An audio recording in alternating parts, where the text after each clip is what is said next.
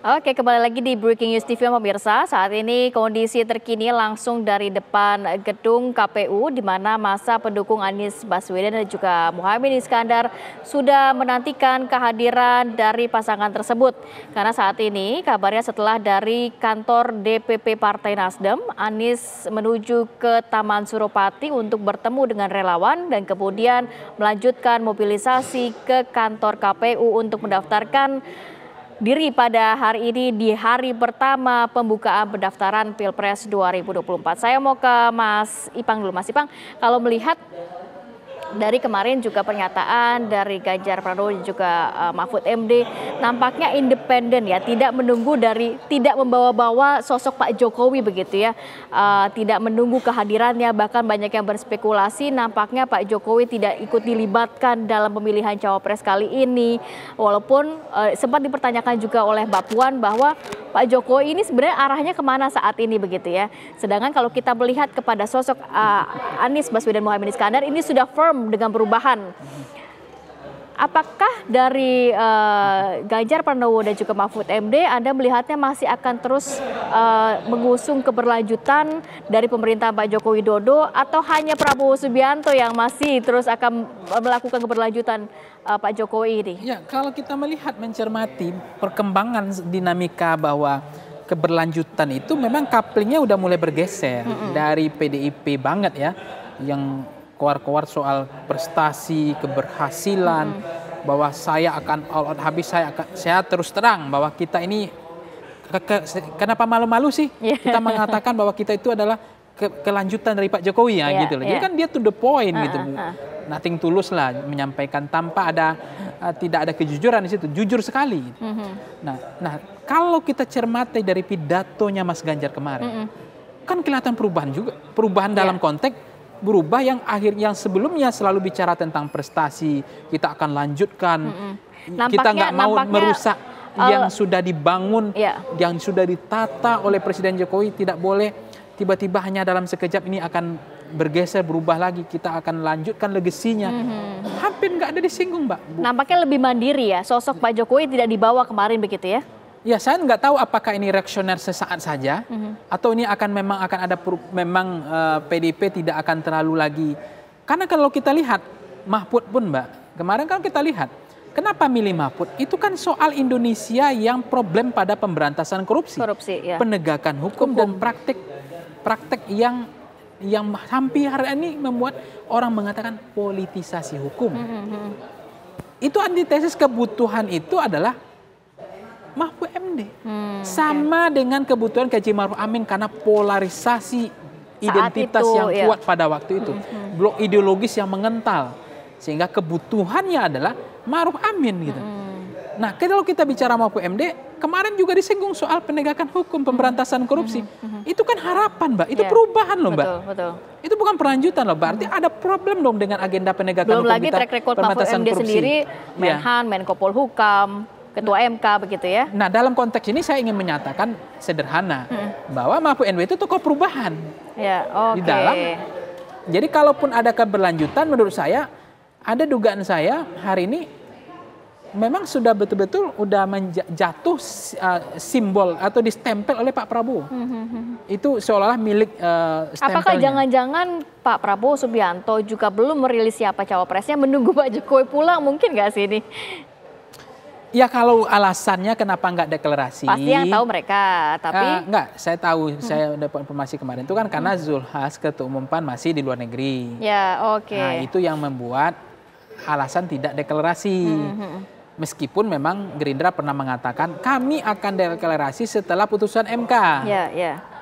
Tapi kalau kita lihat siapa saja, kalau Erlangga kan memang nggak hadir, Mbak, mengikuti rombongan Pak Jokowi. Karena Erlangga sendiri ngomong kan gini, kami akan konsolidasi dulu, minta izin ke Pak Jokowi. Saya dapat A1 begitu informasinya, karena ini soal mau dibawa kemana munasnya, hasil keputusan Golkar, siapa cawapres dan cawapresnya. Nah, itu disolidkan dulu sama Erlangga, jadi nggak bisa keluar negeri.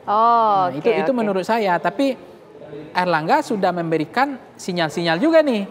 Ketika Kaisang bertemu dengan Erlangga bilang begini, nampaknya Gibran udah cocok pakai jaket kuning. Nah, ini dari mana lagi omongan ini kalau bukan nyambung? Ini kan bertentangan, saling nyambung. Dari merah akan berubah ke kuning, dengar-dengar kan gitu, yang santer diperbincangkan. Saya nggak yakin itu terjadi sebelum Gibran ada kepastian di mana posisinya. Ya PSI kemungkinan kalau Gibran udah di sana makin happy banget gitu. Maksudnya udah ada Pak Prabowo sebagai simbolnya, relawan Projo juga di situ, Gibran juga di situ, Pak Jokowi juga katanya kakinya di situ, karena besok baru pulang baru deklarasi.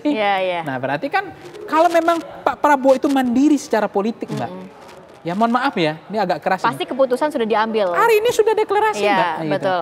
Oke. Nanti gimana tanggapan dari Bang Ege terkait ini Prabowo Subianto juga belum mengusung siapa yang nantinya akan mendampingi dirinya. Tapi kita juga akan ajak pemirsa untuk memantau bagaimana kondisi terkini langsung dari luar gedung KPU. Sudah ada rekan kami Adi Mulia, silakan informasinya.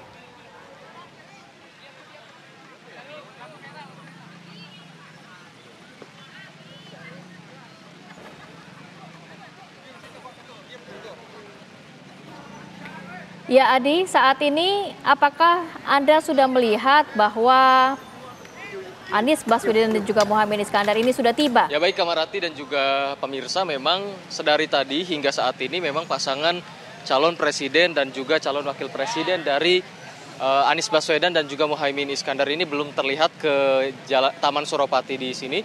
Namun infonya memang sesaat lagi pasangan Anies Baswedan dan juga Muhaimin Iskandar akan melewati jalanan Suropati ini yang kemudian akan menyapa relawan yang hadir di sini untuk selanjutnya mendaftarkan dirinya atau diri mereka berdua ke KPU sebagai bakal calon presiden dan juga calon wakil presiden Republik Indonesia. Nah setelah memang nantinya akan mendaftarkan diri di KPU, rencananya memang Anies Baswedan dan juga Muhaimin Iskandar akan melakukan orasi juga. Nah ini tadi merupakan orasi-orasi juga atau teriakan-teriakan, gaungan-gaungan dari relawan Anies Baswedan dan juga Muhaimin Iskandar yang menuntut perubahan. Satu kata ini memang selalu digaungkan oleh relawan dari Anies Baswedan dan Muhaimin Iskandar. Nah, Kamarati dan juga pemirsa, memang jika kita ketahui di Jalan Taman Suropati ini tidak hanya terdiri dari satu golongan, melainkan terdapatnya 3 relawan dari partai pengusung Anies Baswedan dan juga Muhaimin Iskandar, yang mana diantaranya adalah PKS, PKB, kemudian Partai Nasdem.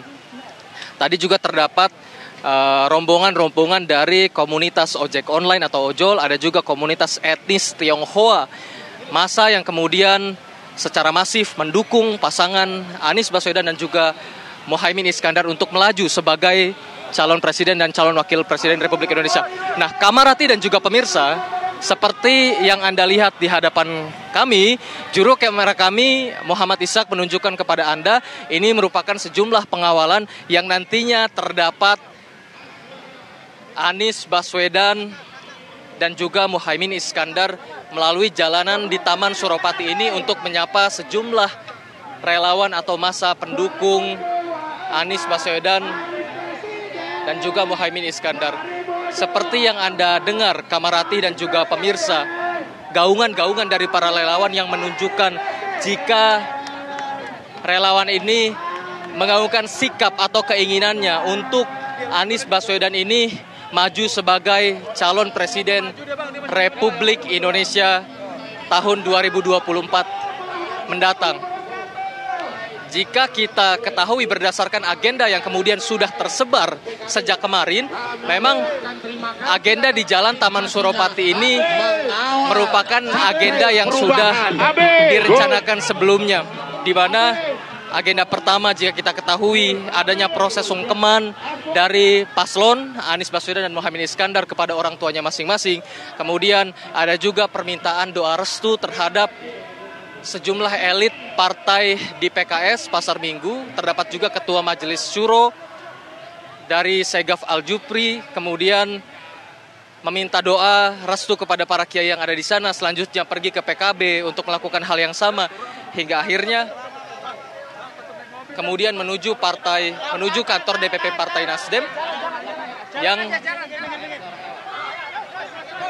melanjutkan perjalanannya ke Jalan Taman Suropati untuk menyapa para relawan yang ada di sini. Mobil mana Bang? Ini udah penuh Bang, depan Bang. Keadaan di sini memang begitu ramai. Sejumlah massa bahkan dikabarkan terdapat sejumlah 20.000 sesuai dengan yang diprediksi oleh Sekjen PKS Abu Bakar Al-Habsyi, yang ketika kami konfirmasi ulang kepada relawan yang ada di sini, memang massa jauh lebih besar daripada yang diperkirakan. Seperti yang Anda lihat di hadapan kami, Kamarati dan juga pemirsa, di sini Gus Muhaimin Iskandar sedang menyapa para relawan. Termasuk di sampingnya terdapat Anies Rashid Baswedan menggunakan 2 kemeja putih sewarna dan seirama, dan sejumlah takbir dan sholawat terus digaungkan oleh masyarakat pendukung keduanya, yang mana kata-kata perubahan seringkali terdengar dan harapan perubahan terus digaungkan oleh massa pendukung Anies Baswedan dan juga Gus Muhaimin Iskandar atau Caimin. Keadaan di sini sangat ramai sejak pagi tadi, bahkan infonya massa yang hadir ini menunggu di Jalan Taman Suropati sejak matahari terbit hingga detik ini. Tak ada perubahan massa. Massa terus secara signifikan memadati Jalan Taman Suropati, yang mana jalan ini dilewati oleh Gus Muhaimin Iskandar dan Anies Rashid Baswedan. Nah, infonya memang setelah di Jalan Taman Suropati ini akan dilakukan pendaftaran dari Anies Baswedan dan juga Muhaimin Iskandar. Nah, setelah pendaftaran itu, orasi kemudian akan dilanjutkan di Bundaran HI bersama para relawan. Nah, Kasih jalan. Pak Anies, Pak. Assalamualaikum. Nah, Kamarati dan juga pemirsa, seperti yang Anda lihat di depan kami, juru kamera kami Muhammad Ishak menunjukkan kepada Anda jika Anies Rashid Baswedan sedang melakukan sapa, saling menyapa kepada para relawan di sini, dan para relawan yang berdasarkan dari beberapa golongan terus memadati Jalan Taman Suropati untuk bertemu dengan Anies Rashid Baswedan sebelum nantinya mendaftarkan diri ke KPU sebagai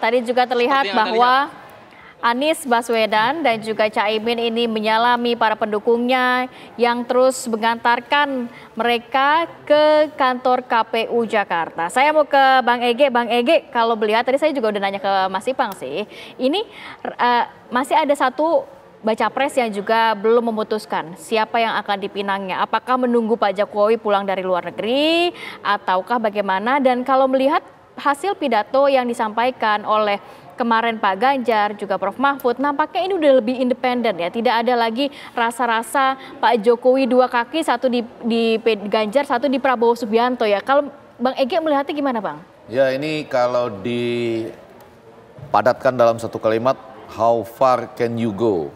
Jadi artinya berlaku bagi dua-duanya, ya. Bagi Pak Jokowinya dan kemudian juga bagi PDI Perjuangan. Karena kan peta pada hari ini, khususnya setelah nanti ini insya Allah kan pendaftarannya selesai nih.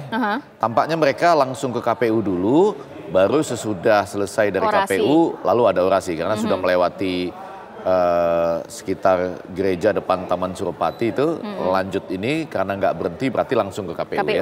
Nah, jadi sekali lagi sekarang kan dengan melihat keadaan pada pagi ini ada dua pihak atau dua kubu yang terang-terangan kita bisa lihat, yang satu ini perubahan, sementara satu lagi Pak Prabowo dan Koalisi Indonesia Maju itu tegak lurus pada keberlanjutan. Pak Jokowi. Nah, udah ya, itu dua. Nah, pertanyaan Rati tadi dan pertanyaan sebetulnya semua orang, pemirsa atau pemilih ini PDI Perjuangan dengan pasangan capres-cawapresnya, saya menyebutnya GMMD. Apa tuh? Iya kan Ganjar Mahfud Oh, MD singkatan kan. dari Ya, Bang ya. Ege nih ya. Karena kalau GM saja kan seperti makanan, bakmi katanya.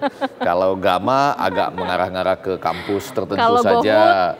GoFood ada makanan Udah lagi. ada Jadi makanan. sebetulnya GMMD itu gampang diingat. Toh lama-lama orang ingat GBHN coba.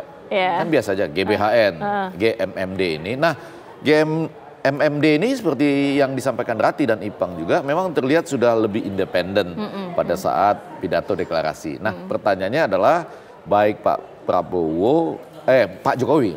Jokowi ini apakah akan tetap misalnya dua kaki? Mungkin nanti kalaupun dia dua kaki itu artinya bagaimana? Kan Gibran dengan Bobi selama ini ke Ganjar. Lalu kelihatannya Kaisang sudah lekat dengan baju Pak Prabowo gitu ya. Nah, apakah tetap akan bertahan seperti itu? Gibran dan Bobi Nasution itu ke Ganjar, kemudian Kaisang ini ke Prabowo, atau jadi how far can you go? Yaitu kalau dia misalnya Gibran tetap ya, sampai saat ini saya dengar dari sekjennya Gerindra kemarin dengan Habibur Rahman juga saya dengar bahwa cawapresnya Pak Prabowo itu adalah muda dan pernah berpengalaman memimpin daerah. Gibran berarti. Kalau itu ya, muda dan berpengalaman memimpin daerah. Kan saya sampai mengadakan sembah. Berarti udah fix pindah dari merah ke kuning gitu ya? Nah, kuning jalan lain juga nih, karena kemarin sempat ketemu, ada kemungkinan dapat KTA, supaya signifikansinya besar juga bagi Golkar dalam konteks ekor jas, atau ada alasan kenapa Gibran kan tidak tanpa KTA langsung tiba-tiba bisa menjadi cawapres. Itu persinggahannya walaupun agak cepat jadinya melalui kuning atau melalui Golkar. Tapi bukan itu.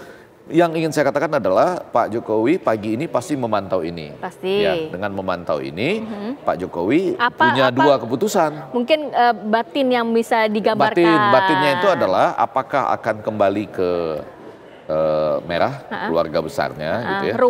Rumahnya dan selama ini kan nggak pernah juga mengatakan meninggalkan sepenuhnya.